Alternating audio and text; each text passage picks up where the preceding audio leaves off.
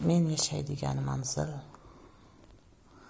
Foshun 1000 yillik tarixga ega qishloq. Foshundan Darveshali Foshuni, Amir Foshuni kabi buyuk olimlar yetishib chiqqan. Abdulkarim As-Samoniyning Nasabnoma asarida Foshun qishlog'i unda kamol topgan olimlar to'g'risida tarixiy ma'lumotlar keltiriladi.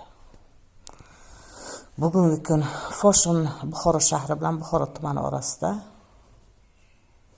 Foshun va Foshunliklar Sarson mahallamiz Buxoro shahar 39-soni Losha mahalla fuqarolar yig'ini Foshun aholi punkti kadastr bo'yicha Buxoro tuman Foshun qishlog'i. Nega buni qilib qo'ygansizlar? Mutasaddilar 2008-yil o'zboshimchalik bilan egallab olingan yer maydonlariga,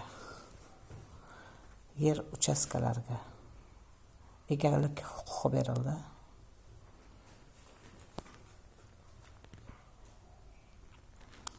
Mening uyim esa nizoliq qilib qo'yildi.